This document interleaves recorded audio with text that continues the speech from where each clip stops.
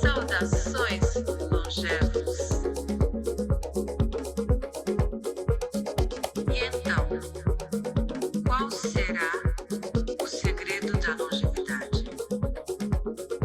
Saudações, longevos! Como é que vocês estão? Eu sou Elódia Ávila e está começando o Segredo da Longevidade. Sabemos que o aumento crescente na nossa expectativa de vida está intimamente relacionado aos avanços do conhecimento científico, que são exponenciais. Sabemos também que estamos cada vez mais contaminados. Em um estudo realizado na Universidade da Califórnia, em São Francisco, os pesquisadores encontraram 109 produtos químicos no sangue do cordão umbilical de 30 recém-nascidos estudados. E para falar sobre avanços da ciência e a sua relação com a nossa longevidade, o nosso convidado de hoje é o biomédico Lucas Zanandrés, do Olá Ciência. Olá, Lucas, tudo bom? Oi, doutora Elódia, tudo bem? Eu estou muito feliz de você estar aqui conosco e muito honrada mesmo. Eu sigo o teu canal, admiro muito o seu trabalho e muito obrigada por estar aqui conosco, compartilhando seus conhecimentos sobre ciência. Obrigado vocês aí pelo convite, obrigado você. Eu também comecei a acompanhar seu trabalho, né, recentemente. Eu achei esse nome do podcast bastante icônico, porque eu gosto muito de falar sobre longevidade, né? Falo sobre saúde, tem 8 anos já que a gente está na internet fazendo vídeos e também outras coisas. A internet vai se adaptando e a gente também.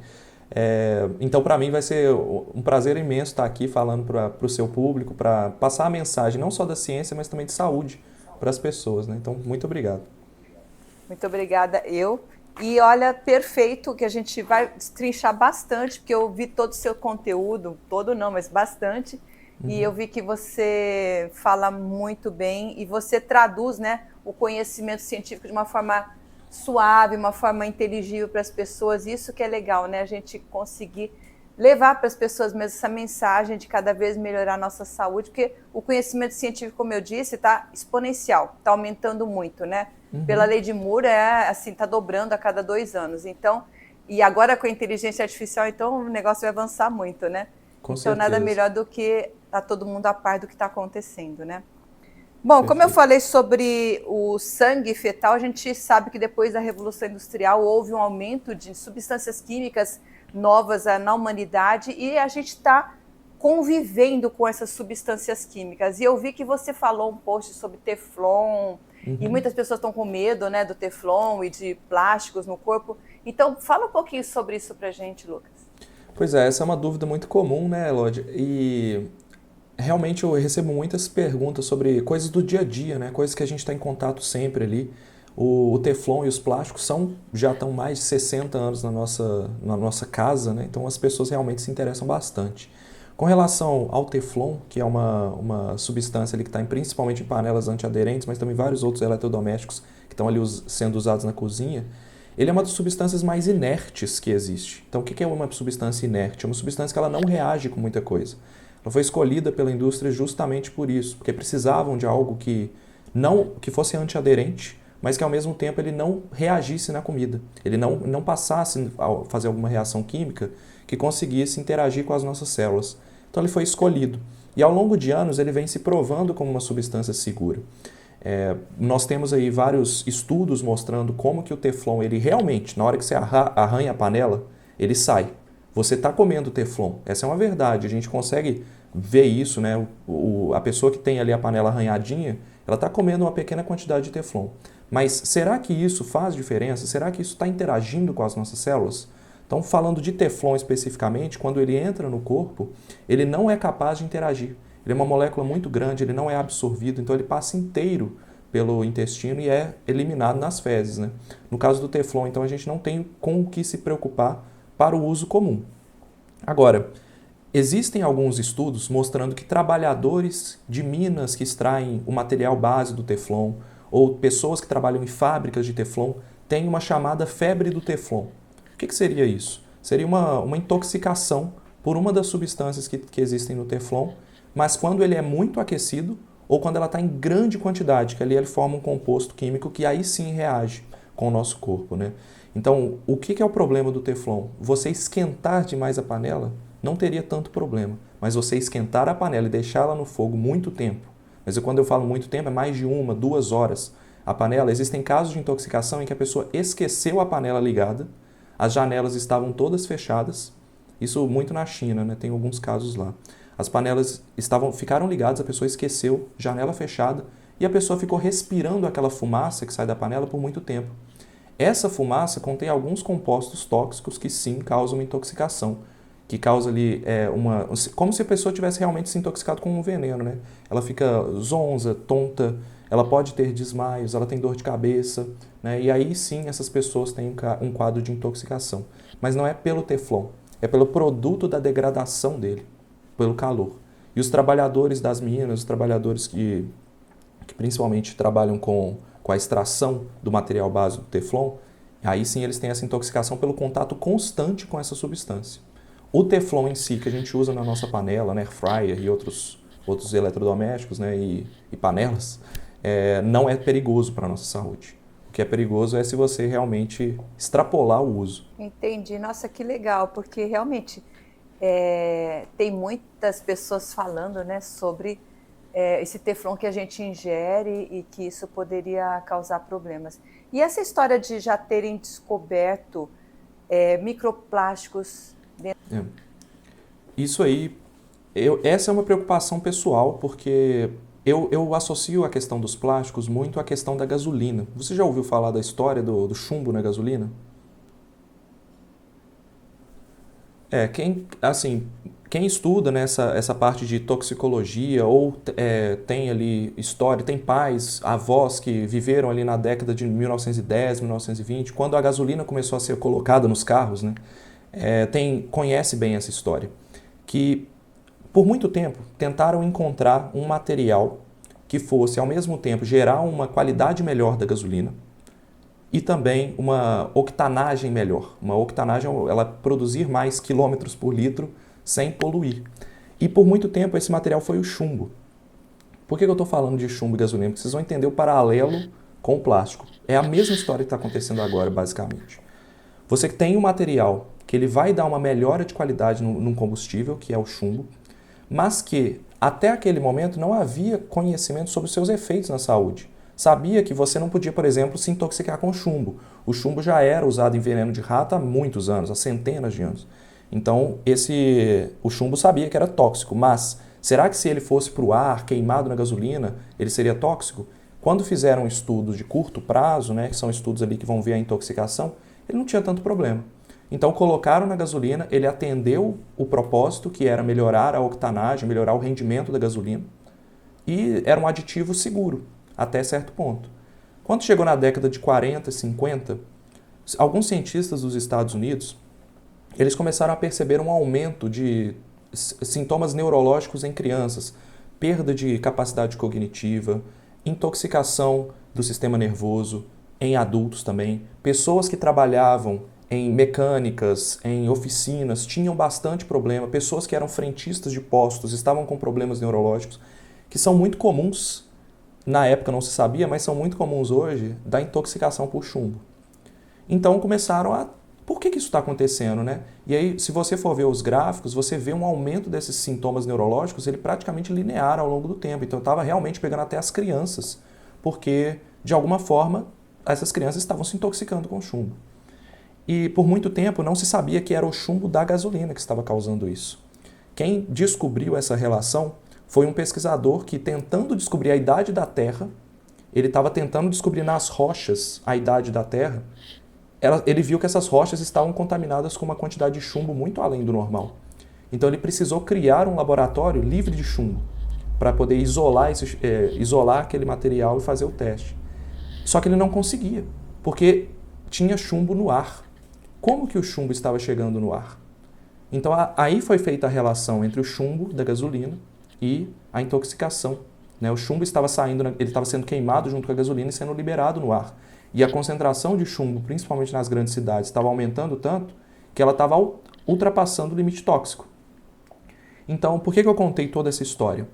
Nós temos hoje um material que foi criado para ser um material de melhor qualidade, para melhorar a resistência, barato, melhorar a resistência de materiais, versátil para várias funcionalidades, que é o plástico.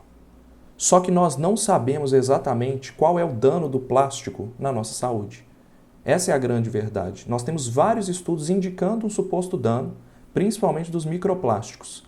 Porque o que são microplásticos, né? O plástico que a gente conhece, ele é derivado do petróleo, tudo tem plástico. Colírio, eu estou com uma caixinha de colírio aqui, ela tem plástico na embalagem. Celular tem muito plástico, caneta, tudo. Computador, se bobear até roupa, né? Tem muita roupa que tem plástico. Então, tudo tem plástico. A quantidade de plástico na nossa era ela é tão grande que muito se discute também se a gente poderia dizer que a gente está numa nova era chamada de antropoceno, mapeando o quanto de plástico tem em rochas. Já está se depositando plástico nas rochas. Então os cientistas estão muito interessados nisso, né? Será que dá para a gente dizer que agora chegou na era da humanidade, na era geológica da humanidade, em que você começa a detectar, em vez de uma camada de algum mineral que foi trazido por um asteroide ou por uma mudança climática, você detectar uma camada de plástico em rocha? Então a gente já está vendo isso, o plástico se depositando nas rochas. Então a gente está vivendo a era do plástico. Só que começou a aparecer alguns estudos mostrando que quando o plástico se degrada, ele vai quebrando ali no meio ambiente, tem tudo aquilo, né, de falar que o plástico dura 1000 anos, ele não é decomposto, mas ele é decomposto muito lentamente, mas ele vai se quebrando em partes menores, cada vez menores. E ele não vai ser eliminado, não existe nenhum ser vivo hoje, a não ser que seja produzido biotecnologicamente, para degradar o plástico, né? Então demora muito tempo. Então ele vai demorando para ser degradado, vai ficando pequenas partes pelo ambiente espalhadas e vão formando tanto microplásticos, que são plásticos do tamanho de micrômetros, então menores, 1000 vezes menores que um centímetro, que um milímetro, perdão, e os nanoplásticos, que são 1 milhão de vezes ou 1000 vezes menores que um micrômetro. Então eles vão ficando cada vez menores, mas eles estão lá. Quando ele chega no tamanho de microplástico, ele consegue entrar nas nossas células, porque as nossas células elas trabalham com essa escala, tanto nano quanto micro. Só que nós não temos mecanismos celulares naturais para poder eliminar isso. Então acaba que a gente não sabe como ele se acumula, para onde ele vai. Está se estudando muito o acúmulo dele, principalmente em ossos, no fígado, né, em coração. E aí a gente chega na questão do cordão umbilical. Na placenta já foi encontrado microplástico, no leite materno. Então eles estão no nosso corpo. Hoje, uma pessoa que...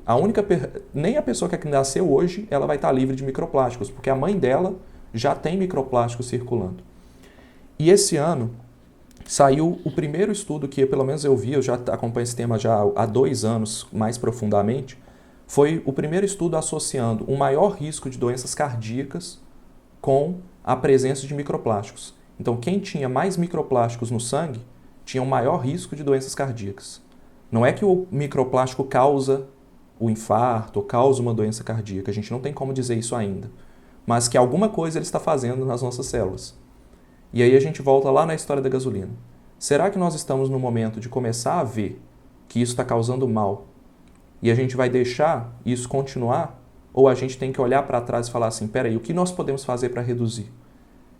Então existe um debate, né, um embate muito grande entre ambientalistas, cientistas e indústria, que atrasa o progresso. Então a gente está vendo que isso está começando a gerar um efeito, entendeu? Então, acho que resumindo a história é isso. Nossa, Lucas, você falando isso, eu comecei a pensar o seguinte: desde que surgiu o plástico na humanidade até hoje, é muito recente, né? Sim. E aí ele vai começar a se degradar, e você falou que ele não tem como sumir, vai ficar cada vez menor e cada vez mais absorvido pelo corpo, porque vai diminuindo o tamanho. Então, a tendência é nós ficarmos puro plástico por dentro no futuro, né? Basicamente, se for resumir, né? Existem algumas bactérias que estão sendo testadas para degradar esse plástico, né? O pessoal da biotecnologia trabalha com isso. Mas aí a gente está falando de pequenos laboratórios que estão fazendo isso a uma escala muito pequena. Imagina isso sendo produzido a cada segundo. Então, realmente, a gente está entrando numa era do plástico. E é uma era com riscos desconhecidos. Sim, até porque essas bactérias teriam que entrar dentro da célula. Não daria. pelo depósito. Bom, vamos parar de ficar viajando aqui, mas Sim. é legal isso de você falar, os ambientalistas falam muito também em relação a plásticos nos animais também, e está cada vez mais agredindo a natureza mesmo, né? E a gente tem que começar a pensar, realmente é algo para a gente pensar mesmo, né? O que nós podemos fazer no nosso dia a dia, né? A gente consegue evitar a exposição de grande parte do plástico que chega até nós, evitando o contato direto. Então, não usando peças de plástico, reduzindo o uso de plástico, reciclando o uso de plástico, né? Então, nós como indivíduos, a gente consegue reduzir muito da nossa exposição. O que dá para fazer hoje é isso, porque a grande mudança não depende necessariamente do indivíduo, depende de ações governamentais, das pessoas falarem mais sobre isso. É por isso que eu sempre falo sobre isso. Não é para trazer a mensagem catastrófica que estamos... mas sim para conscientizar, né, mostrar que isso é um problema. Porque assim como foi a gasolina lá na década de 40 e 50, a gente vai começar a ver esses efeitos se a gente não fizer nada. Na verdade, já estamos vendo. Então... precisa de cada vez mais pessoas saberem sobre isso para que a gente mude, né? Legal, foi bom você ter falado, eu não sabia, estou consciente e vou falar bastante aqui, porque realmente a gente tem que fazer a nossa parte, né? Sim. Parabéns. Obrigado. Bom, eu quero falar com você também sobre as doenças que estão prevalecendo agora. A gente está vivendo mais, mas as doenças estão aumentando, né? E cada vez mais em pessoas cada vez mais jovens, né? Uma delas que a gente soube que está aumentando exponencialmente, que a população mundial ultrapassou 1 bilhão de pessoas, é a obesidade. Sim. Então, fala um pouquinho sobre qual que é a visão da ciência em relação à obesidade cada vez mais crescente no mundo. Você falou muito bem, né? Obesidade é uma doença. Há muito tempo não se via a obesidade como uma doença, via-se como algo que é uma escolha da pessoa. Como se ela fosse comer muito, se ela fosse realmente uma pessoa que não controlou a alimentação e ficou obesa. Mas hoje a gente tem uma visão diferente, né? Existem N fatores para a pessoa se tornar obesa ou até mesmo nascer com uma tendência à obesidade, muitos. Então não só a alimentação, mas também alguns transtornos de gordura, a pessoa não metaboliza a gordura corretamente, ela tem uma tendência ao acúmulo, por genética mesmo, ela está exposta a uma alimentação ruim por questões econômicas. Então, se a gente for olhar para o Brasil, a grande maioria do Brasil, a gente está falando de classes C e D, pessoas pobres que não têm acesso a proteína de qualidade e comem carboidrato e gordura. Basicamente, a alimentação dela é carboidrato e gordura, porque é muito mais barato. E então, carboidrato e gordura ruim, né?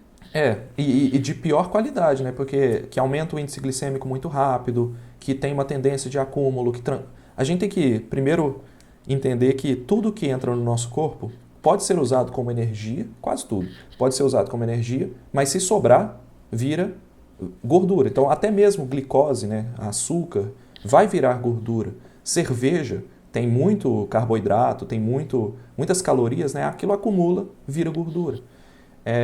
Então, nós vemos essa tendência, principalmente nas pessoas que têm menos condição financeira de ter uma alimentação adequada.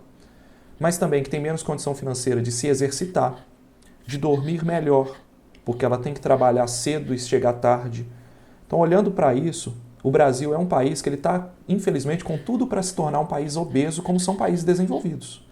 Os países desenvolvidos do mundo, eles têm um nível de obesidade muito alto, porque a alimentação ela é muito ruim. As pessoas elas têm muito costume de comer fast food e tudo.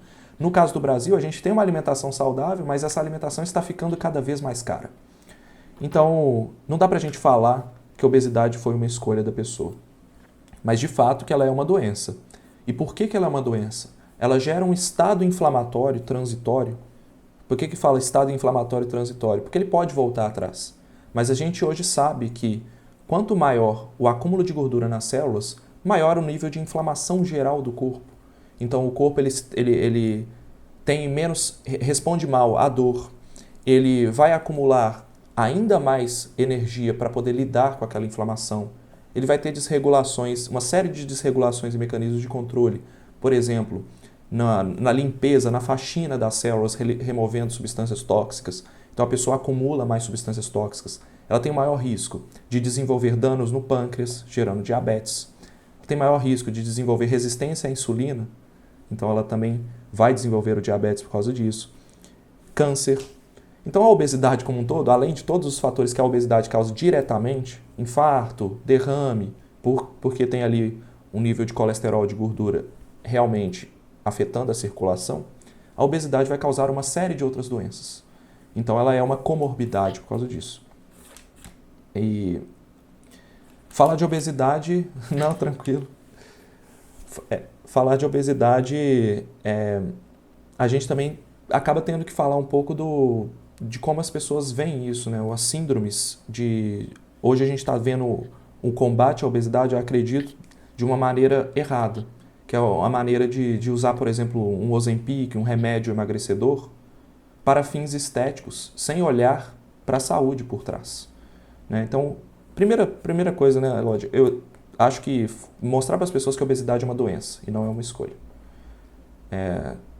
Depois, olhar para as pessoas, realmente a estética, né, a imagem, você sabe muito bem disso, a imagem da pessoa, como ela se vê, muda completamente a saúde dela. Se ela está se sentindo feia, se sentindo uma pessoa obesa, mesmo não sendo, ela também pode ter prejuízo à saúde. Mas a gente tem que diferenciar o que é a doença, a obesidade, de um transtorno de imagem, de uma bulimia, né? Acho que é isso. E é legal falar também que é uma doença inflamatória e que predispõe a várias doenças, né? Isso. Que são derivadas da obesidade. Então, vamos falar um pouquinho sobre diabetes, que eu acho que é uma das doenças que estão mais correlacionadas mesmo com a obesidade. Sim. A gente está fazendo uma série sobre diabetes, inclusive no Olá Ciência, agora em abril, né? A gente vai começar a lançar os primeiros episódios. A ideia é que ela seja uma série semanal. E nós estamos adentrando profundamente em todos os tipos de diabetes tipo 1, tipo 2, as relações da diabetes com outras doenças, né? Com Alzheimer, por exemplo. Os perigos... É diabetes tipo 3, né? Considerado hoje como diabetes tipo 3. Ela está começando a ser... Alguns médicos e cientistas, eles consideram a diabetes tipo 3, por quê? Estão estudando que o próprio Alzheimer, que é uma doença que assusta muita gente há anos, provavelmente todo mundo vai conhecer ou conhece alguém que teve Alzheimer, infelizmente, né? Porque ela é uma doença cada vez mais prevalente. Então, a pessoa tem a perda de memória, a demência, né, no longo prazo, e quanto mais a gente fica velho, esse é um dos problemas da longevidade, vamos dizer assim. A gente ainda não sabe como lidar com Alzheimer. E o que viram é que a resistência à insulina, no diabetes, né, um dos tipos de diabetes, o mais comum, tipo 2, a pessoa ela desenvolve, ela tem tanta glicose circulando no corpo, ela tem mecanismos genéticos também atuando, que o corpo fica mais resistente, ele não quer tanta glicose. Então ele acaba se resistindo à insulina, que é o quê? O hormônio que faz a glicose entrar na célula. Se eu já tenho glicose demais, é um mecanismo mais complicado que isso, estou simplificando bastante. Mas, basicamente, se o corpo começa a resistir a essa glicose, ele fala, não quero essa insulina, porque eu não quero que você abra a minha porta para eu receber essa glicose. Então, cria-se uma resistência à glicose. Resistência à insulina, perdão. Então, essa resistência à insulina, ela tem efeitos no cérebro também. Isso que foi visto. Então, quando o cérebro começa a resistir à insulina, nós vimos que a insulina faz muito mais do que abrir as portas da glicose no cérebro. Ela controla a replicação, a multiplicação de neurônios. Ela controla mecanismos de faxina dos neurônios para eles removerem substâncias tóxicas. Ela controla a regulação da inflamação no cérebro. Então, quando você tem uma resistência à insulina no cérebro, as células elas têm um acúmulo de substâncias tóxicas, que é muito semelhante ao que acontece com o Alzheimer, que é o acúmulo de proteínas beta-amiloide, que são substâncias tóxicas que os neurônios estão produzindo ali o tempo todo. Proteína tau, que é um emaranhado de proteínas que não foi descartado. Esse acúmulo também, o de beta-amiloide, por exemplo, ele tem uma tendência maior a acontecer num cérebro resistente à insulina. Então, a diabetes, a gente não sabe ainda se ela causa o Alzheimer, se ela predispõe ao Alzheimer, ou se o próprio Alzheimer seria um tipo de diabetes. Então, muito se discute sobre esse diabetes tipo 3. mas que a resistência à insulina tem efeitos ruins no cérebro? Tem. Então, é isso que é o diabetes tipo 3, até onde a gente sabe é isso. Ainda estão estudando. Já os outros tipos, né, diabetes tipo 1, que hoje é pouco conhecido, mas é aquele que a pessoa praticamente já nasce com ele é muito influenciado pela genética, em que o pâncreas não produz insulina. Né? Então, algumas pessoas desenvolvem na infância, outras desenvolvem na adolescência. É muito difícil de um adulto desenvolver diabetes tipo 1, mas existem casos em que há um disparo de alguma coisa que essa pessoa fez na vida, não se sabe o que é. Esse é o tipo 1, né? Que a pessoa não produz insulina ou produz muito pouquinho. Então, falta insulina. Num primeiro momento, essa pessoa tem que tomar insulina para poder regular ali a glicose, senão a glicose dela sobe e a glicose é tóxica. Chega num nível que ela se torna tóxica. Então tem que controlar. Diabetes tipo 2 tem muita influência genética também, como eu falei, de acúmulo de gordura, de dislipidemias, né, que são doenças que a pessoa não regula bem esse acúmulo de gordura, de lipídios. Então, o pâncreas dela vai acostumando a trabalhar com um excesso de glicose no corpo e gordura. E, consequentemente, ela gera uma resistência à insulina. Quando essa resistência à insulina age no pâncreas, o pâncreas vai começando a produzir menos insulina, ele vai perdendo, chega um ponto em que a pessoa ela não produz mais insulina também. Então, num primeiro momento, a pessoa com diabetes tipo 2, ela vai evoluindo, né? Ela começa com pré-diabetes, que tem reversão, pode ser revertido. Hoje a gente sabe que quem aparece com pré-diabetes no exame pode voltar se ela fizer exercício físico, se ela cuidar da alimentação. Nós temos o diabetes já estabelecido, que aí já não tem cura, tem que ser tratado, né? Que é aquele primeiro momento que a pessoa tem que tomar medicamentos para controlar os níveis de glicose, para controlar tanto essa parte de metabolismo, que o diabetes é uma doença metabólica, e aí nós temos uma segunda fase, e a fase mais grave do diabetes, que é a parte em que a pessoa com diabetes tipo 2 já não produz mais insulina. O pâncreas fica exausto de tentar produzir insulina para compensar aquela resistência. Então ele para de produzir. Os danos no pâncreas se acumulam. Então diabetes é assim, eu acho que tem uma tríade de doenças assim que a gente precisa resolver, que é diabetes, doenças cardiovasculares e câncer. E se a gente for olhar para essas 3 doenças do século, a gente tem todas elas se resolvem com uma alimentação saudável, com exercício físico e com uma saúde mental equilibrada para dar suporte para as 2 outras áreas que eu falei, que é essa tríade da OMS. É incrível, você falou de avanço de ciência no início, a gente tem muitos avanços. Por exemplo, câncer.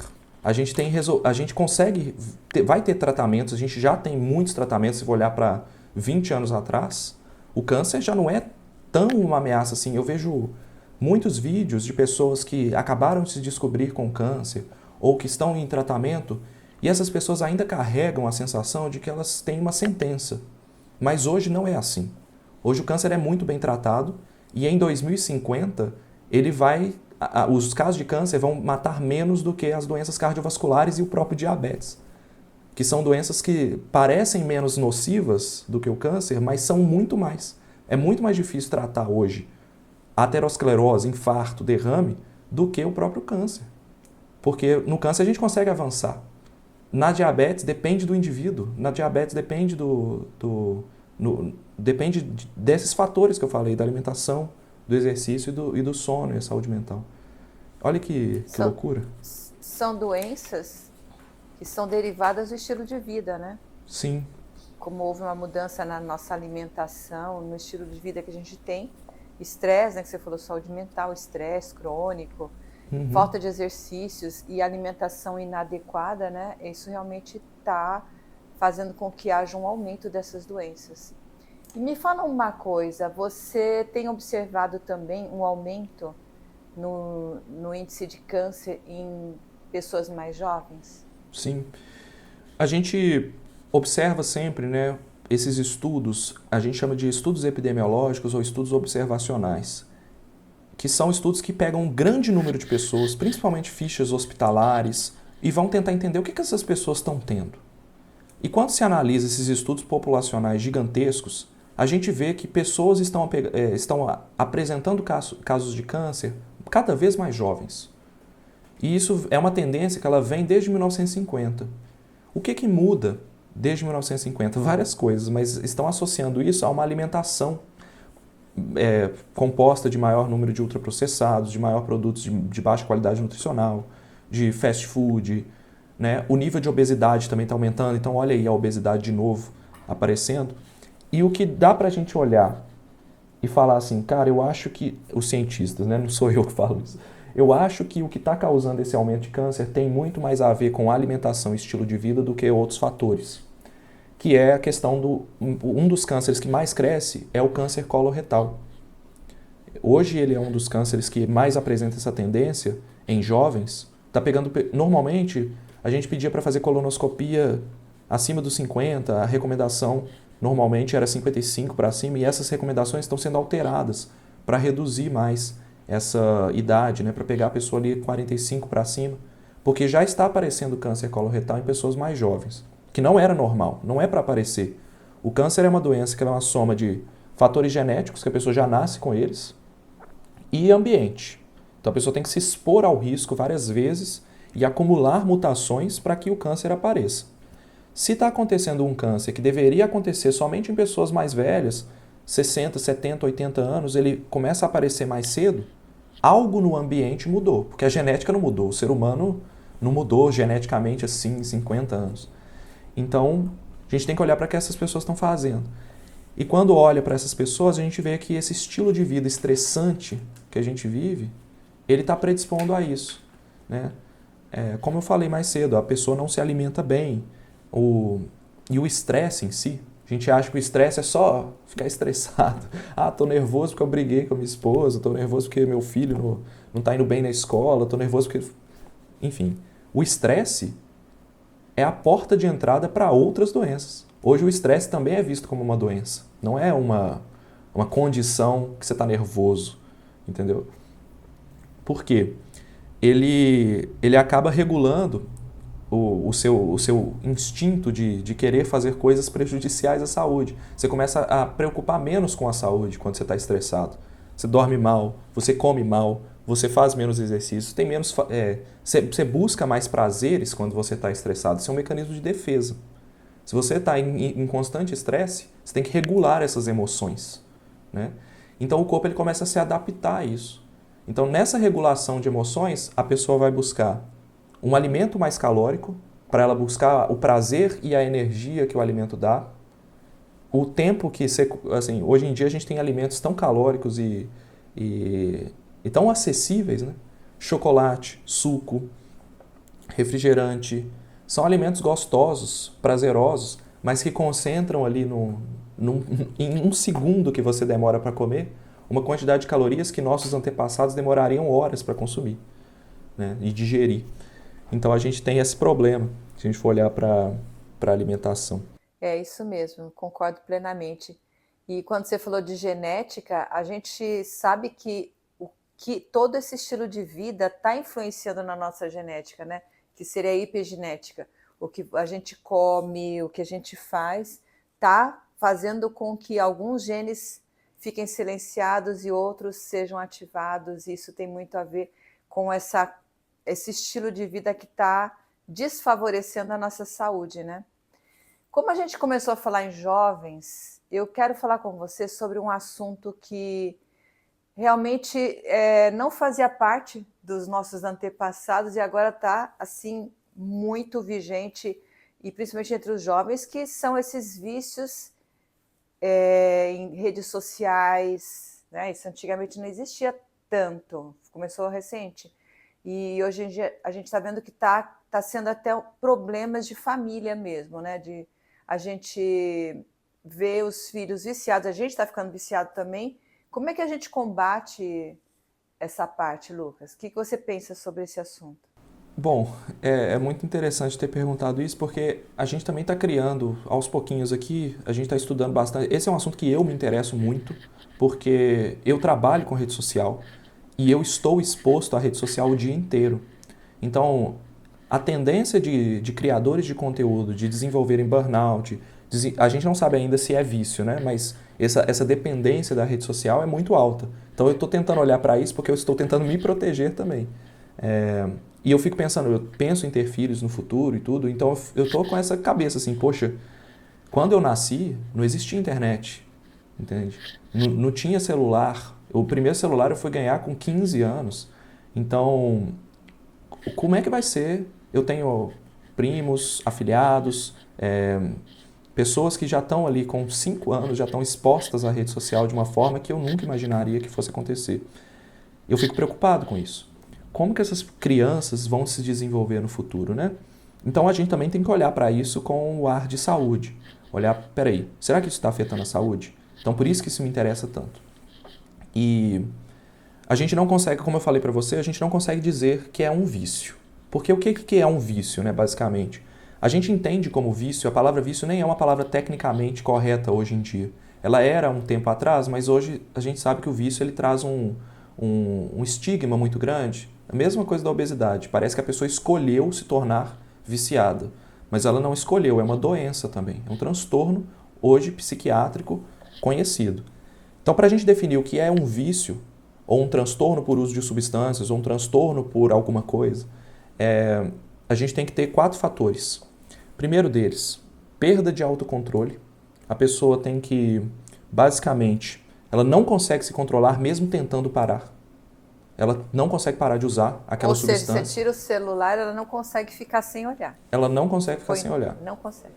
Beleza? Então vamos pensar, por exemplo, pornografia, que é algo que está sendo muito discutido para ver se colocam no DSM-6, né, que seria o próximo manual de doenças psiquiátricas, o manual para psicólogos e psiquiatras diagnosticarem um vício. Não só um vício, mas todas as doenças psiquiátricas. Então vamos pensar na pornografia. E ela se associa muito com a rede social. Porque na época que eu era adolescente, que a gente começa a se descobrir, né? Para eu ter acesso à pornografia, eu tinha que buscar a revista pornográfica do vizinho que juntava 4 ou 5 amigos para ver a mulher lá e tal. Hoje em dia, né? escondido, não podia o pai saber, não podia nada. Você juntava com os amigos e falava assim, nossa, porque você nunca tinha visto uma mulher pelada na sua vida. Olha só como é que eram as coisas, né? Hoje em dia, o adolescente, ou às vezes a criança, ela tem acesso a um conteúdo, muitas vezes no TikTok, que ele predispõe a esse tipo de comportamento muito cedo, né? E o acesso, a gente sabe que para usuários de drogas, né, o acesso é muito importante. Você retirar o acesso mediante um tratamento médico e psiquiátrico, né, psicológico também. A pessoa não pode ter acesso à droga, mas ela precisa ser acolhida. Hoje em dia, está tudo aqui, na palma da nossa mão, de graça.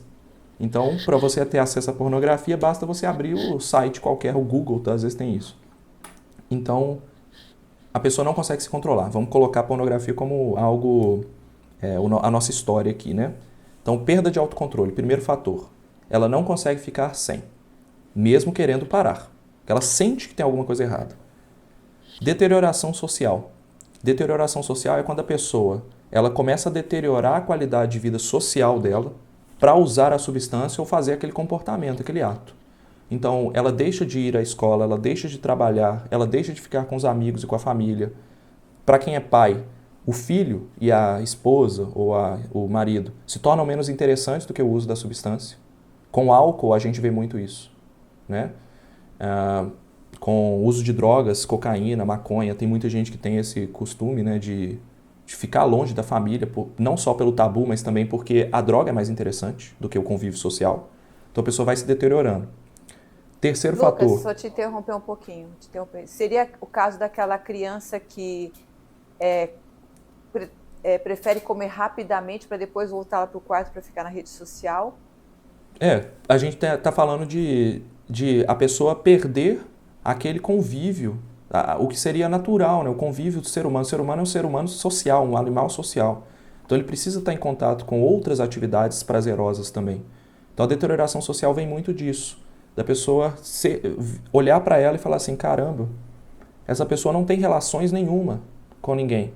E a pandemia, infelizmente, acelerou muito isso. Enfim, o uso arriscado. Então chega a um ponto em que a pessoa, mesmo sabendo, e aqui é um problema porque a pessoa precisa perceber que está fazendo mal. crianças muitas vezes não percebem isso. Elas não sabem que está fazendo mal, elas têm o prazer, né? A dopamina e tudo. Adolescentes também não conhecem os mecanismos do vício. Então, uso arriscado. Muitas vezes a pessoa que tem um transtorno por uso de drogas, ela sabe que a droga faz mal, mas ela não consegue parar. E aí o uso arriscado é o terceiro fator. Ela vai atrás da substância ou do ato, seja jogo de apostas, mesmo sabendo que faz mal e mesmo estando em risco de vida. Então, busca o tráfico, gasta dinheiro que não tem para poder obter. A gente está vendo aí o OnlyFans, por exemplo, que é uma plataforma que várias mulheres hoje estão se expondo e tudo. É como se fosse uma forma de uma pessoa que não tem muito acesso à riqueza e tudo, ela conseguir o dinheiro se expondo na internet com o corpo, né? Então, isso também cria-se um ambiente em que você pode gastar dinheiro de forma descontrolada. Então, isso também pode ser considerado um uso arriscado, né? E aí tem um último fator, que é a tolerância e a abstinência, o que antes era chamado de dependência física. Tolerância é quando você precisa de cada vez mais substância ou mais aquele ato para poder ter o mesmo efeito. Eu conheço casos de pessoas que são, assim, usam pornografia com excesso e comentam: nossa, eu não encontro mais nada, nada me satisfaz. E a pessoa vai buscando os caminhos diferentes, né? Então, ela vai buscando coisas cada vez mais pesadas do ponto de vista pornográfico ou do ponto de vista de rede social. A rede social, ela para de se tornar interessante, a pessoa vai adentrando cada vez mais em outras plataformas, né? E o caso da abstinência, quando a pessoa fica sem aquilo, ela começa a ter sintomas de abstinência. Então, ela fica irritada, ela vai ter dor de cabeça, ela vai buscar compulsivamente aquele ato, então ela vai brigar, vai bater, vai... Entendeu? Então, ainda não é considerado um vício o uso de redes sociais. Eu trouxe a pornografia como um exemplo, mas ela está dentro da rede social. Rede social a gente pode falar de tudo, uso de Instagram, uso de TikTok, fotos, vídeos curtos. Ainda não é considerado, mas muito se discute porque ela consegue atender esses fatores, que são os mesmos fatores que dão para o transtorno de uso de substâncias. Sabe uma coisa que não atende esses fatores e muita gente acha que vicia? Açúcar. O açúcar, muita gente nasceu comendo doce, viveu, o bebezinho de 2 anos já molhava a boquinha com refrigerante. Comeu a vida inteira o doce, chega lá no 16, 17 anos, está com sobrepeso, e aí a mãe e o pai vão procurar um nutricionista para ele. O que o nutricionista fala? Olha, você tem que cortar o doce, você tem que comer melhor e tal. Monta uma dieta em que não tem o doce. O que acontece com a pessoa que viveu a vida inteira comendo doce? Ela não consegue. Ela tem a sensação de estar dependente do doce, mas ela não consegue. E aí o mecanismo é diferente. Ela não vai perder o controle. Ela não vai deixar de fazer tarefas interessantes para comer doce. A gente não vê esse comportamento, tá? A gente não vê deterioração social para comer doce. A gente não vê também uso arriscado, a pessoa se expõe ao risco de vida. Se for colocar o contexto da obesidade, talvez tenha. Mas o final, assim, o ponto final, que é a tolerância, a gente não vê tolerância em açúcar. A gente não vê, se a pessoa comer muito, muito, muito açúcar, ela não desenvolve mais receptores para poder se tornar resistente ao açúcar. O açúcar sempre dispara uma resposta de prazer na pessoa, e aí a gente tem que olhar para o prévio, que é aquela regulação de emoções. O problema do açúcar, na verdade, não é um vício. Ele é um problema que vem antes do vício, que é o estresse. A pessoa está tentando regular emoções usando o açúcar como solução. Entendeu? Então, hoje em dia, muito se fala, né? Açúcar vicia. Ele tem características, mas ele não atende todos os fatores. A pessoa não tem síndrome de abstinência se ela ficar sem açúcar. Ou se tem e fica irritada, ela não vai ficar semanas com aquilo. Não, 1, 2, 3 mais dias. rápida. Então, por isso que açúcar não vicia. Mas, pelo fato da gente estar exposto a isso muitos anos na nossa vida, desde crianças, é muito mais difícil abandonar este comportamento. Entendeu? Hábito, né? É um hábito. É um hábito de comer doce. É por isso que quando o nutricionista às vezes fala assim, de manhã você acorda e toma um shot de limão com cúrcuma e com gengibre, que é horrível. É horrível, assim, o gosto, né? se você começar a tomar, você começa a perceber que depois de uns dias aquilo não parece tão horrível assim. Você fala, caramba, como é que eu estou bebendo? Antes, café, por exemplo, que tem um gosto amargo, inicialmente. Se você começa a tomar muito, seu corpo vai se acostumando. Ele vai perdendo o prazer no gosto doce. Então é muito mais um hábito de ter o gosto doce na boca e aquilo trazer uma recompensa do que, de fato, um transtorno, tá? Quando a gente olha para transtorno de uso de substâncias. Tem gente que realmente tem uma compulsão alimentar, que é diferente, é outra coisa. Mas vício em açúcar não existe. Da mesma forma que não existe vício em café. A pessoa ela pode ter até uma abstinência de cafeína por ficar sem o café, mas ela não desenvolve esse comportamento de perder o controle para poder buscar café. E quando eu olho para a rede social, eu não sei. Será? Porque os estudos eles estão muito focados em crianças, que não têm muitos, elas não desenvolveram ainda muito a consciência de que aquilo pode estar fazendo mal, então isso não acaba influenciando tanto.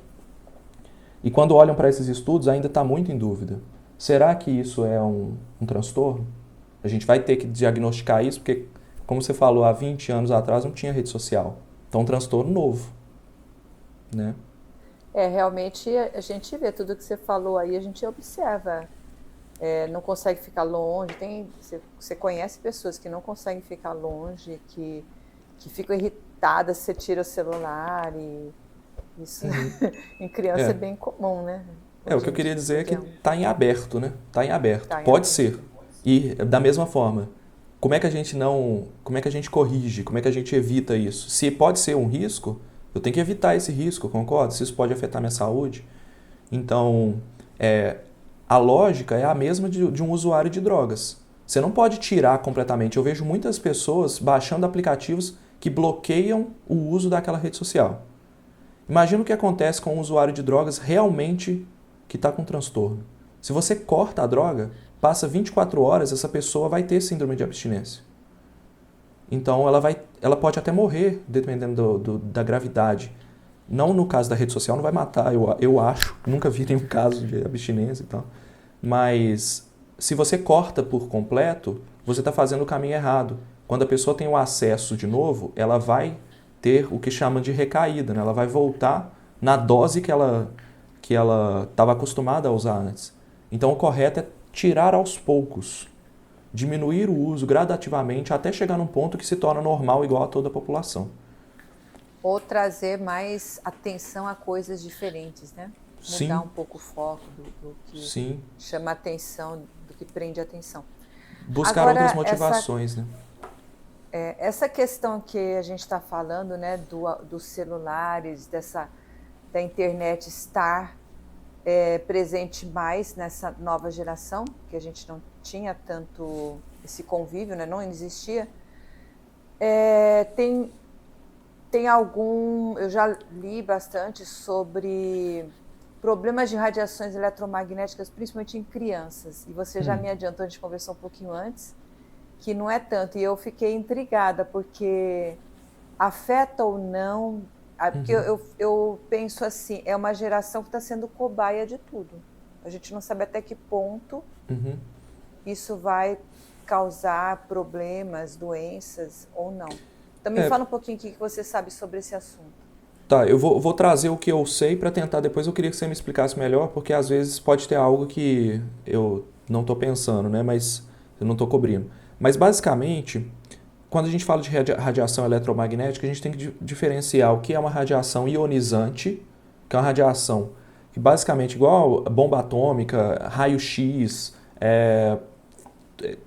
tomografia, mamografia, essas radiações, elas podem ionizar, né? Elas vão retirar elétrons dos átomos.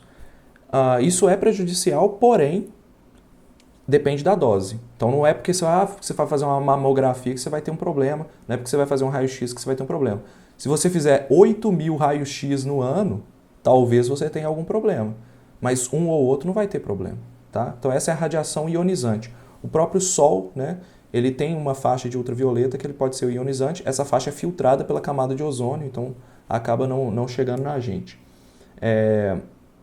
Isso é a radiação ionizante. E o outro lado é a radiação não ionizante. Aí a gente está falando de Wi-Fi, telecomunicações, né, radiação que O rádio, ondas de rádio, micro-ondas, que é uma radiação que esquenta a comida, né? Ela interage com a matéria agitando as moléculas de água e esquentando. A agitação nada mais é do que o aumento da temperatura.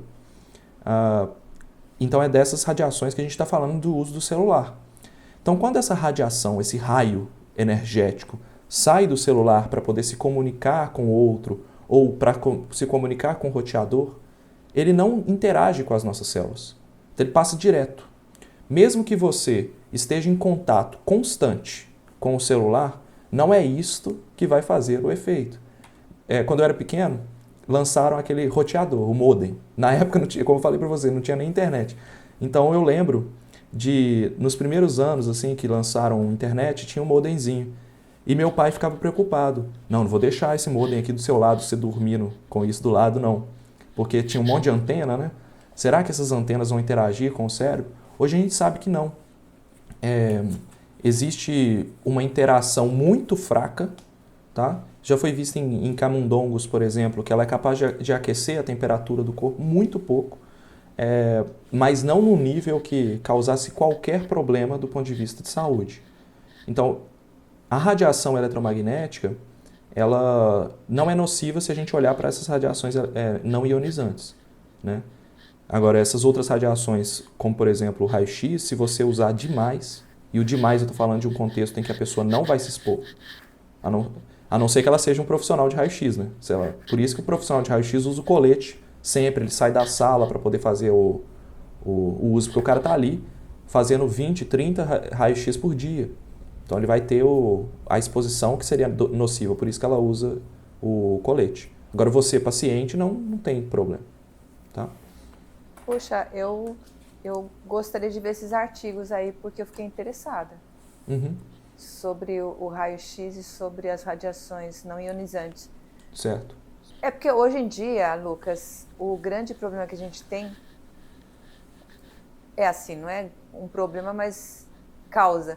É a gente receber informações de várias fontes, né? Então a gente nunca sabe qual que é fidedigno ou não, qual que é o trabalho que é certo ou não. Por isso que eu acho legal você sempre estar estudando, se atualizando, pra gente, porque a gente nunca sabe, né? O que eu penso hoje pode ser o que não ser o que eu vou pensar amanhã, porque a gente está sempre atualizando. Mas eu realmente acho que está muito cedo para a gente saber sobre essas radiações, viu? Porque a gente sabe que os celulares são antenas e a gente está exposta o tempo todo. Eu já vi, mas eu também vou procurar esses artigos que falam sobre a exposição a essas radiações, se são maléficas ou não. Fiquei em dúvida agora. Não, gostei. Depois me passa os artigos aí, que a gente pode pôr até aqui embaixo do episódio, tudo, Beleza. Pra dar uma pesquisada. Gostei. Passo sim. A gente já fez dois vídeos sobre isso, na verdade, porque realmente existe a preocupação das pessoas, né? E em ciência, a gente tem que estar sempre aberto a novas perguntas. Eu acho que muito do que acontece é que uma pessoa, um influenciador na rede social, ou um médico, um profissional de saúde, ele traz uma informação e hoje a gente acredita na informação só porque aquela pessoa ela tem um conhecimento e ela é formada na área e tudo. Mas de onde ela está tirando aquela informação?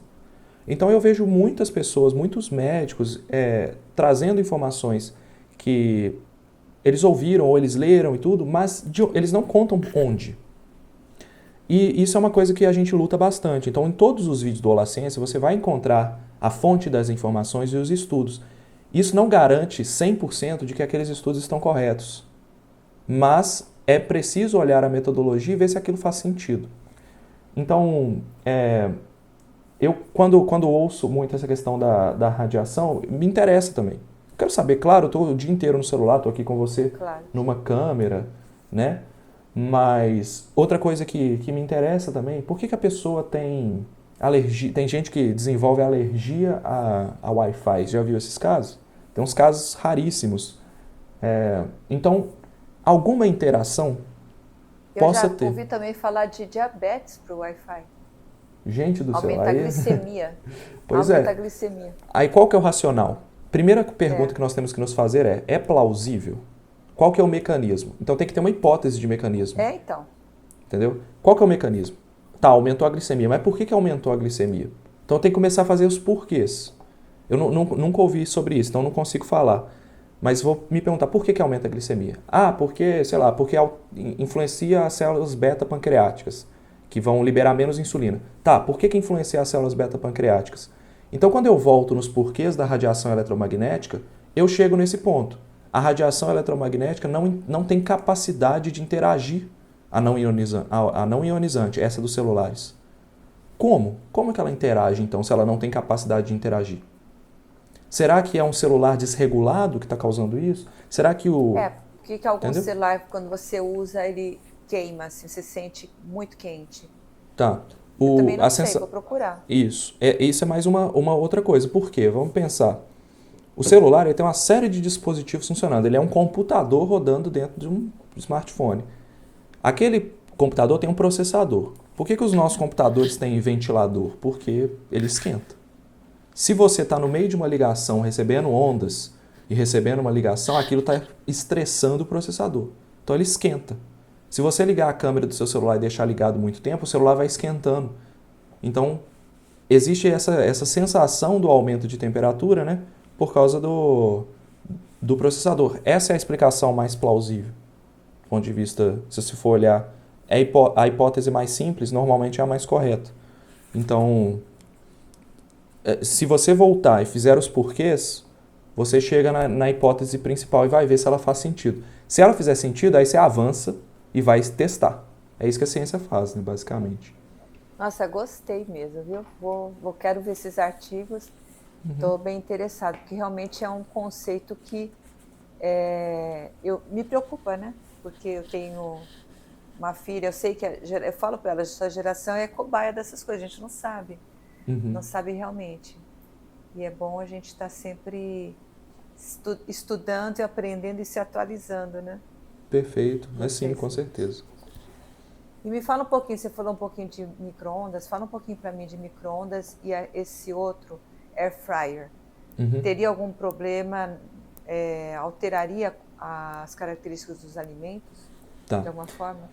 Bom, basicamente, eu vou começar do micro-ondas, que são mecanismos diferentes, né? O micro-ondas ele vai produzir micro-ondas, que é um tipo de radiação não ionizante, então ela não interage com os elétrons, ela não retira elétrons dos átomos. Por que é importante não retirar? Porque no momento que retira um elétron, o átomo fica instável, então ele vai buscar outra coisa para poder se ligar. Então, ele normalmente se liga em substâncias que estão nas nossas células, desregulando isso. O micro-ondas não faz isso. Então, como que ele interage? As micro-ondas, elas têm a capacidade de interagir com algumas moléculas específicas, e uma delas é a molécula de água. Ela agita a molécula de água, porque na hora que ela vai bater na molécula de água, ela gera uma vibração ali e a molécula vibra. A molécula de água ela é o H2O, né? Tem dois Ozinhos com dois Hs com um Ozinho no meio. Esses Hs, eles podem agitar. Então a micro-ondas ela agita essa molécula e a gente sabe hoje que quanto mais agitado está um fluido ou uma substância, mais quente ela fica. Então é assim que o micro-ondas esquenta. Ele interage com as moléculas de água no alimento e esquenta. Não existe nenhum tipo de radiação que fica no alimento. É simplesmente a água que está se movimentando mais rápido ali. Quando a gente ferve no fogão a água, né, coloca um caneco com água fervendo, quando a água vai ferver, você percebe que começa a movimentar, né?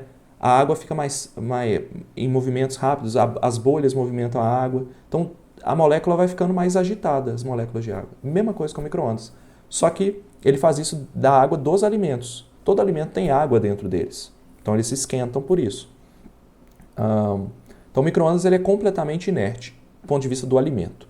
Diferentemente do plástico. Se você coloca, por exemplo, uma marmita de plástico dentro do micro-ondas, aquele plástico vai se degradar. Então a gente tem que ver qual que é a composição do plástico, se aquele plástico ele emite substâncias tóxicas. Existem vários tipos de substâncias no plástico que podem causar algum tipo de reação, que estão sendo estudadas. Então o problema de colocar plástico no micro-ondas é esse. Você não sabe exatamente que tipo de substâncias estão entrando na sua comida. Mas definitivamente não é o micro-ondas, as micro-ondas que estão passando uma radiação para a comida. No caso da air fryer, a air fryer, como é que ela funciona? Ela basicamente esquenta o ar e aquele ar fica girando no alimento, beleza? Esse ar que fica girando no alimento, ele vai esquentar o alimento, porque ele está quente, então ele vai fritar o alimento sem óleo, basicamente. É ar. Então o alimento sai crocante porque a fritura é muito rápida e ela é semelhante ao que acontece na fritura por imersão. Então o alimento ele sai com aquele aspecto crocante. Todo alimento que foi frito ou esquentado a uma temperatura muito alta, ele pode degradar algumas cadeias de carbono e formar substâncias tóxicas. Isso acontece em qualquer alimento, em qualquer método de fritura, em qualquer método de cozimento. Se você for pegar o cozimento não, mas o forno. Você pegar o forno e deixar um alimento no forno, ele vai ficar marronzinho, né? Se ele queima, você não está vendo. Às vezes o seu alimento está marronzinho, está bonitinho, dourado, mas tem micropartes do alimento ali que queimaram. Então você está comendo basicamente ali pequenas micropartes ali que estão queimadas. A queima de alguns compostos pode produzir alguns compostos tóxicos, né? Então, muito se fala sobre as poliamidas, a poliacrilamida, né, que é um dos compostos que se forma nesse processo, e a poliacrilamida está associada a casos de câncer. Só que não é a air fryer que faz isso, é o procedimento de fritura. Queimadinho. É o mesmo que a gente encontra no churrasco, né? A casquinha do churrasco. A casquinha do churrasco ali você queimou hidrocarbonetos, né? Então a fumaça do carvão, a defumação, né? O carvão ele é madeira ou carvão mineral. Queimado, está liberando fumaça, aquela fumaça se adere no alimento, gerando o sabor característico do churrasco. Aquela fumaça, além das coisas que foram queimadinhas, né? Elas têm substâncias tóxicas. É o custo da nossa vida moderna. O ser humano, ele teve que evoluir. Uma das características que nos diferenciou muito do comportamento dos primatas não humanos é a capacidade de cozinhar o nosso alimento.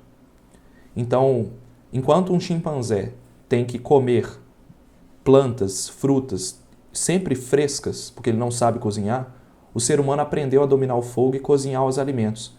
O cozimento é uma pré-digestão do alimento, ele facilita a quebra de moléculas e ele consegue fazer com que a gente absorva muitos nutrientes num curto espaço de tempo. O chimpanzé não, ele tem que comer muito mais ou por muito mais tempo para poder obter a mesma quantidade de energia. Então, esse cozimento fez com que a gente conseguisse, ao longo de vários milhões de anos, aumentasse o tamanho do nosso cérebro. Então, o nosso cérebro conseguia trabalhar com uma quantidade de nutrientes maior, né? Até chegar ao ponto de que hoje, esse cérebro tão grande começa a criar desinformação sobre alimentação saudável, né? Então, a air fryer e o micro-ondas são seguros, porque o mecanismo, quando a gente volta no porquê de como eles funcionam, o mecanismo pelo qual eles funcionam é seguro. O que não é tão seguro é você se expor a substâncias que estão presentes principalmente em comida queimada, defumada ou muito quente, né, basicamente. Poxa, que legal. Quer dizer, informação é aqui, né? Olá, ciência. Não só, né? Também a gente tem todo um trabalho de treinar outros divulgadores científicos, de tentar fazer com que as pessoas elas mesmas consigam buscar a própria informação. E, né, a gente conta também com outros profissionais de saúde, como você, como outros aí que a gente conhece também, para poder trazer a informação correta, né? Eu falo muito que eu quase nunca nego convite de podcast. Eu quase sempre aceito. Eu só nego quando eu realmente não posso, porque eu acho que é uma oportunidade de falar com um público novo, né? Trazer uma mensagem positiva sobre como a ciência funciona e tentar formar novos comunicadores, pessoas que pensem em como a ciência funciona, para que elas comecem a tomar melhores decisões. Não acreditar em tudo, porque senão a gente fica maluco, né? Fica maluco. É legal. Nossa, isso que você falou para mim, eu achei muito legal, do Teflon, do Air Fryer, do micro-ondas, porque eu sou médica, né? Eu não sou cientista. Mas eu sempre procuro divulgar aqui, no Segredo da Longevidade, tudo que há de melhor para a gente viver mais, porque a intenção é que a gente sabe que está vivendo mais, mas é viver com mais qualidade, né? Sim. Cuidando, porque a gente está presenciando vários avanços, como eu disse no começo. A ciência está evoluindo rapidamente, novas tecnologias estão cada vez mais presentes na nossa vida e novas, cada vez maiores tecnologias. E a gente tem que ir atrás de conhecer, né? De conhecer o que está acontecendo para poder colocar na nossa vida e saber selecionar o que vai fazer bem e o que não vai fazer bem, né? Com certeza. Muito bom o teu trabalho. Adorei falar com você. Obrigado Estou muito também. feliz. Estou muito feliz. Acho que a gente vai conversar de novo, sim, porque eu sempre procuro trazer conhecimentos cada vez melhores e é como você falou, o podcast é para você reunir conhecimento de várias pessoas. Esses encontros são bacanas, porque cada um pensa de uma forma e a gente tem que estar sempre aberto para aprender e conhecer cada vez mais, para poder divulgar também para as pessoas. É uma responsabilidade que a gente tem, né, Lucas? Perfeito, é isso mesmo. E você falou de longevidade, né? Eu volto a lembrar, né? A gente tenta complicar as coisas, infelizmente, mas as coisas são muito simples. Se a gente for olhar nos porquês lá atrás, para ter longevidade, você falou muito bem que é não só viver 100 anos, mas viver com saúde 100 anos. Será que isso é possível? Então a gente já conhece pessoas que vão viver mais de 100 anos. A medicina está avançando. Como é que a gente consegue mexer nessa máquina biológica aqui, que no nosso corpo tão frágil, para conseguir fazer com que ele chegue lá com saúde? E aí eu sempre repito, né? No Olá Ciência a gente encontra isso. Eu sempre falo sobre esses 3 pilares: alimentação saudável, exercício físico e saúde mental. Esses 3 pilares vão te fazer chegar lá. E aí, dentro desses 3 pilares, eles abrem para várias coisas que dá para a gente conversar numa oportunidade futura. Mas eu queria convidar todo mundo a se inscrever lá no Olá Ciência, conhecer o nosso trabalho, porque é sempre bom trazer gente nova, gente com a cabeça diferente para poder ouvir. Então, muito obrigado mesmo. Nossa, obrigada mesmo. Eu quero resumir, porque a gente sempre no final do episódio faz um resumo do que seria o segredo da longevidade, mas já vou adiantar que eu quero depois fazer um episódio com você falando sobre alimentação, porque existem muitos mitos, muitos, a gente não sabe o que é mito, o que é verdade. Vamos destrinchar a alimentação mesmo, que existem várias vertentes, né? Vou te convidar para a gente fazer um só sobre alimentação com essas pesquisas científicas atuais. Mas vamos fazer um resuminho aqui. Me fala uma palavra que você imagina, que você acha que poderia resumir um dos segredos da longevidade, o que a gente pode passar para as pessoas desse nosso episódio. Acho que conhecimento. Por quê? A palavra conhecimento, ela resume muito do que a gente falou, e eu acho que se a pessoa puder buscar o conhecimento, quanto mais conhecimento ela tem, menos risco ela tem. Então, vou trazer uma analogia lá do mercado financeiro. A gente tem empresas que têm riscos e tudo, e as pessoas querem investir nessas empresas tentando acertar qual empresa que vai se valorizar no longo prazo. Só que para isso ela precisa entender como a empresa funciona, qual que é o modelo de negócio, quais os riscos daquela empresa. E para isso ela precisa se adentrar, estudar conhecimento. Na saúde, a gente não tem todas as respostas, mas a gente tem muitas respostas. E as respostas que a gente tem estão resumidas nesse corpo de conhecimento. Então, quanto mais as pessoas obtiverem conhecimento, mais longevas elas serão. Acho que essa é uma boa palavra. Perfeito. Eu vou te fazer mais uma perguntinha aqui, porque você poderia, como cientista, conhecedor da ciência, ajudar as pessoas que estão procurando algum assunto. Elas procurariam no Google escolar, elas procurariam no Consensus. Qual que seria o melhor meio para elas procurarem artigos científicos que são realmente fidedignos, que são bons? E quais os critérios que ela colocaria nessa pesquisa para saber se o artigo é de qualidade ou não? Beleza. Bom, eu acho que para um primeiro momento, né, a pessoa pode digitar, principalmente ela pode digitar a pergunta dela no Google, certo? Mas ela tem que evitar sites de clínicas, sites aqueles sites que não são necessariamente as fontes primárias da informação. Então ela tem que buscar OMS, né? Acho que a OMS é uma boa fonte de informação, uma boa base, né? Ela pode ir no Google Scholar. Google Scholar é uma excelente fonte, mas ela tem que saber filtrar. E aí a gente chega nos filtros, né? Como é que a gente filtra? Tem que ver o número de citações do trabalho, se aquele trabalho é muito citado. Isso é muito fácil de olhar no Google Scholar. Se o trabalho teve mais de 50 citações, provavelmente ele é um trabalho relevante na área, né? Ela tem que olhar a revista, qual revista foi, mas como o estudo é muito complexo para o público leigo, né, o público que está iniciando nessa jornada, o que eu normalmente falo é para que a pessoa viu uma notícia, viu alguma coisa, ela vai na notícia, abre, primeira coisa, lê tudo, porque a gente muitas vezes você lê só manchete, lê tudo, procura aquela mesma notícia em inglês, e isso pelo Google Tradutor é fácil de fazer se a pessoa não souber falar inglês, procura aquela notícia em inglês, porque normalmente os sites de notícias eles colocam o link direto do estudo. Isso é uma coisa que eu brigo muito com a mídia brasileira. São poucas a mídia brasileira que coloca o link direto para o estudo que foi citado. Porque muitas vezes a gente vê que não é um estudo, é uma opinião de alguém, é uma observação de um grupo falando de saúde, né, de um grupo médico que está vendo isso. Na hora que você vai ver, aquele grupo médico vende um medicamento ou suplemento que resolve aquele problema. Tem conflito de interesse, né? Então existe um conflito de interesse. Então, entrou na notícia, busca em inglês, procura a fonte primária. Leu a fonte primária, muitas vezes ela vai ter uma resposta. E acho que se a pessoa tiver um conhecimento um pouquinho a mais de ciência, ela pode usar a base de dados da Cochrane.